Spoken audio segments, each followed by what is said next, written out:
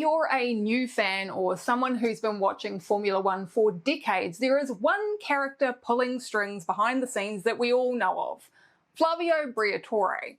But do you know his whole story?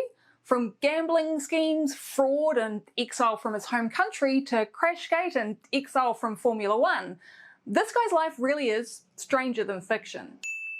Kia ora, I'm Kimmy, I talk F1 in the world's second worst accent, and here's the story of every controversy, scandal and decently sized pot of hot water the Italian chaos merchant has managed to get himself involved in, from basically a Pingu subplot right through to kind of full-on metaphorical war crimes. Now, if you're watching this, I imagine you already know who Flavio Briatore is, so obviously I'm not going to be going and doing a full biography on the guy.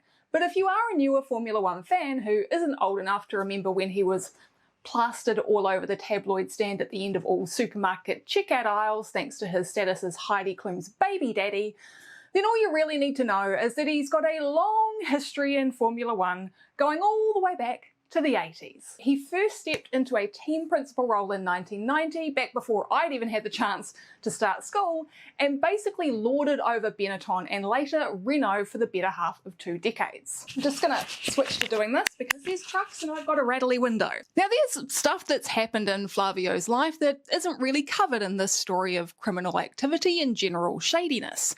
Stuff like debt-riddled failures of early business ventures, his former employer being assassinated by way of car bomb.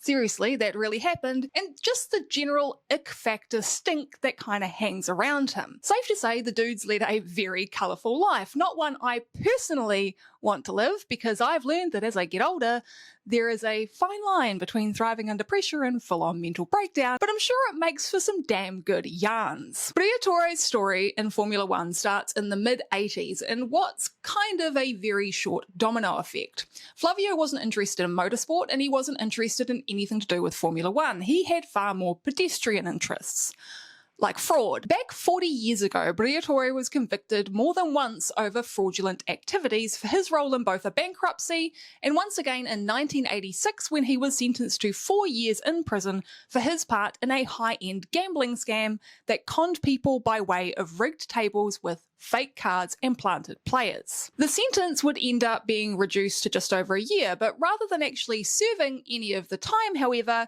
he scuttled off to the Virgin Islands and effectively built the foundation of what would later lead to his first role as an F1 team principal. He had major success with Benetton, expanding the fashion brand into the US, which helped make him immensely wealthy through franchise fees. And those previous convictions, well, they never came back to haunt him because he was granted amnesty, and in 2010, a court order deemed him rehabilitated, which effectively gave him a completely clean slate. A rich guy gets out of prison sentence, lasting consequences quashed, fork found in kitchen. So up until the late 80s, Flavio had followed the standard career path of a lot of white-collar criminals who came of age before Black Monday.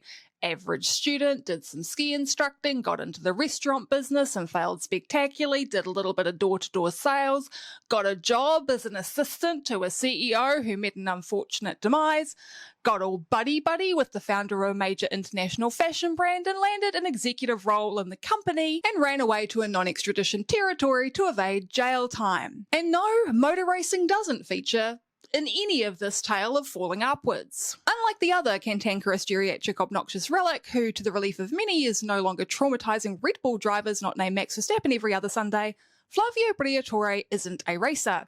He's a manager, a businessman, a shady one, for sure, a convicted conman, yeah, but still, a businessman. And so Benetton puts him in place as their F1 team's commercial director. Then not long later, the parent company takes a scorched earth approach to the management and Briatore becomes team principal. And when you look back on Alpine over the past few years, which for those of you who are newer fans and don't know their history, it is the team Benetton eventually became, well, let's just say 35 years later, it's nice to know some things don't change. Now, granted, back then Benetton wasn't part of the Renault group, which is where a lot of the current and recent leadership shenanigans have stemmed from.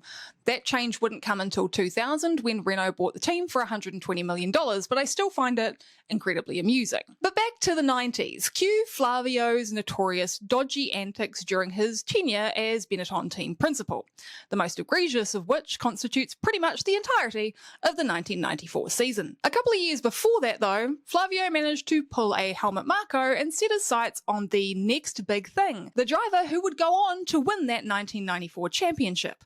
Michael Schumacher. Schumi already had an agreement with Jordan, a pretty solid one in writing that included effectively what constituted a pre-contract.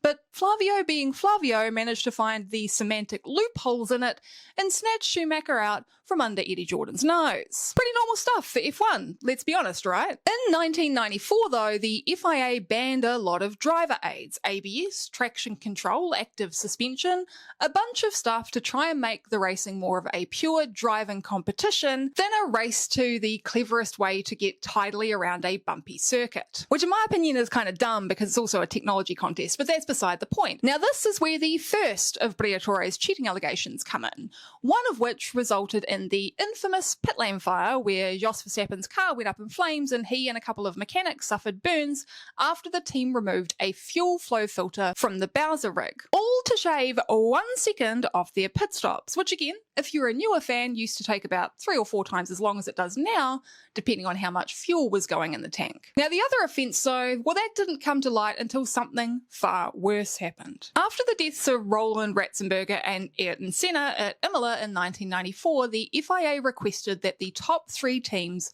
submit their engine management systems for inspection, as Senna had raised previously that he believed some teams were still using driver aids. Now nowadays this kind of thing is relatively easy to spot. The FIA officials have access to much more data than they did back in 1994.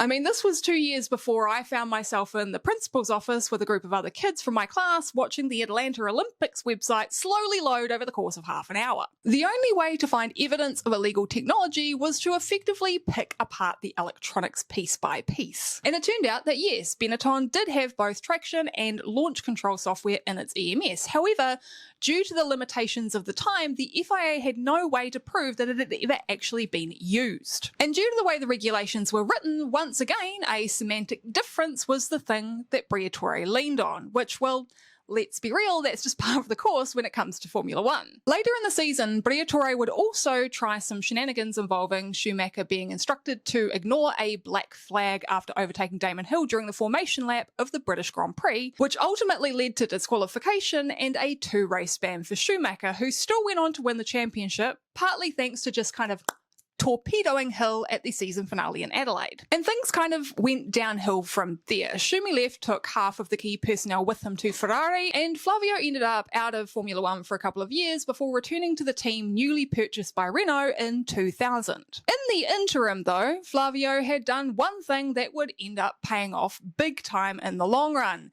He signed a baby-faced Fernando Alonso to his management, a move that would eventually result in Fernando winning 2 world titles and becoming the youngest ever F1 champion at the time. So Team Enstone, now known as Renault, returns to championship glory under the leadership of the same guy who helped them get there the last time. The guy with the big personality and the big parties and all the supermodels, because he's a fashion guy after all, and even though Alonso skipped out in favour of McLaren, it's all copacetic, until the first big scandal of the Renault era rears its head in 2007. No, we're not talking about Crashgate yet, this is the other gate, the one with the spying. Now in fairness, Briatore and Renault weren't directly involved in the whole Spygate thing. However, they did certainly benefit from it, and some accusations were thrown Renault's way during the whole debacle. So what exactly happened? Well, during an investigation that involved the passing of technical data from Ferrari personnel to McLaren, things got pretty heated in the McLaren garage.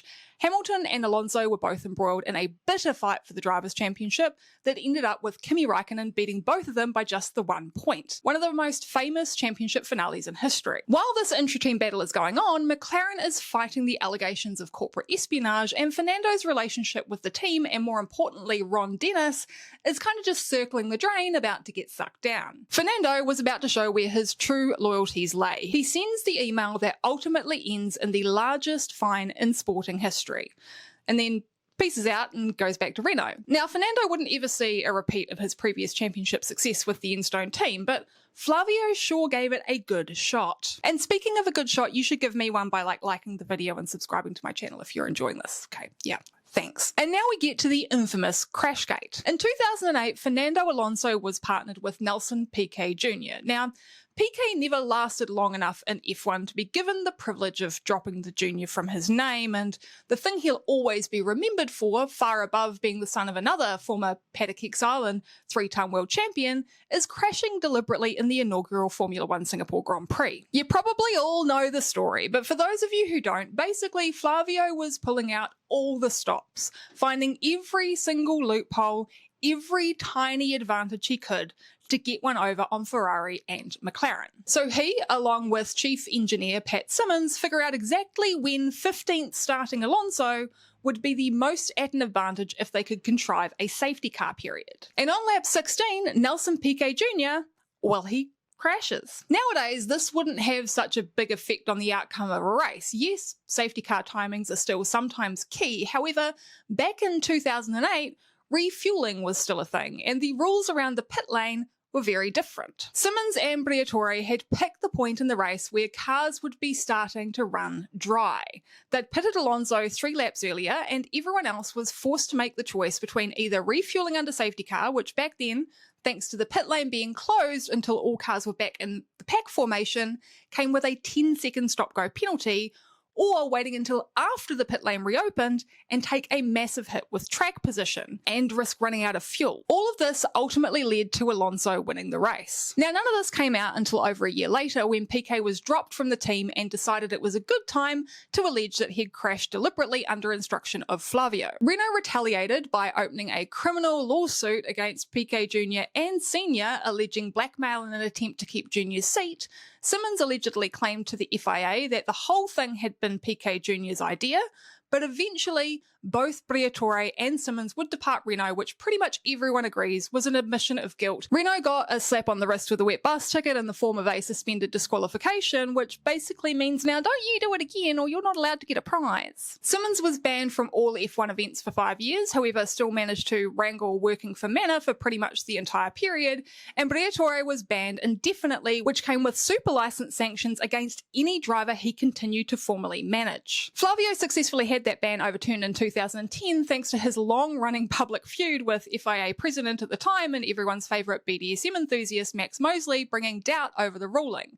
But until 2023, he'd been largely absent from the paddock apart from the odd back alley shot with a telephoto lens. As of today, he is officially listed as the executive advisor of BWT Alpine Formula One team, which is a role he is contracted to do rather than employed directly. But it's safe to assume that this has more to do with the politics around Formula One and the requirement for official team principals to hold a specific kind of FIA super license than it does his actual, job. Flavio Briatore got his start in F1 thanks to his flashy, flamboyant personality, the gift of the gab, and a special ability to manipulate people into doing what he wanted. His package included tons of cash, wild parties, and hot girls that brought a level of glamour to the sport that lifted drivers out of the sports pages and into the tabloids. He's a big reason why Formula One is the sport we see today. He's also a relic of the past with a history of being cavalier over driver safety, an unapologetic cheat, and just flat out icky. Now, since his return to the big chair at Enstone, there's been a lot of upheaval at Alpine. Multiple personnel changes at the top,